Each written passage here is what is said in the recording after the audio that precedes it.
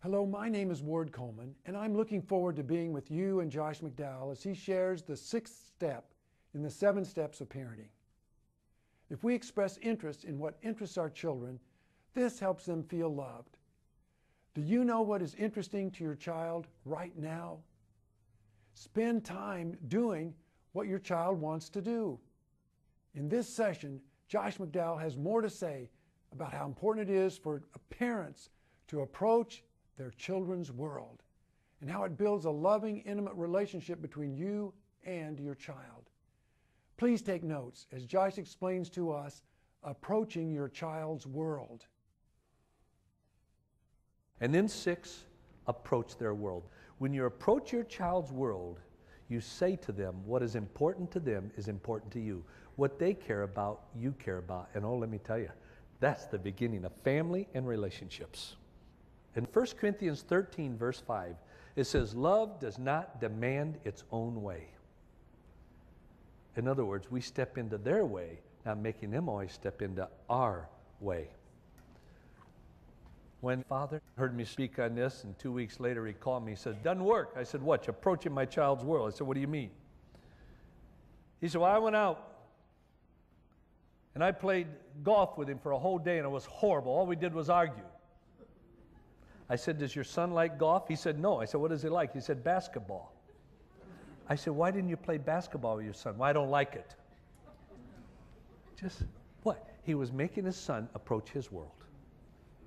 Well, let me tell you, the heavens was emptied and God through Jesus approached my world. And I need to apply that same principle with my children. Let me show you how with my son. Growing up, he'd get interested in cars and everything else. Well, he got interested in comic books, which can be concerned with some of the comic books out there. So we worked around, tried to help lovingly manipulate which ones he liked. Well, he fell in love with Spider-Man and the Hulk. And so what I would do is every time I would come home, I'd go into his room. He was like 10, 11, 12 years old. And I'd go into his room and say, hey, did you get any new comic books? Can I read it? He would always sit on the floor and read it with me. Unbelievable. He would sit right there and read it with me.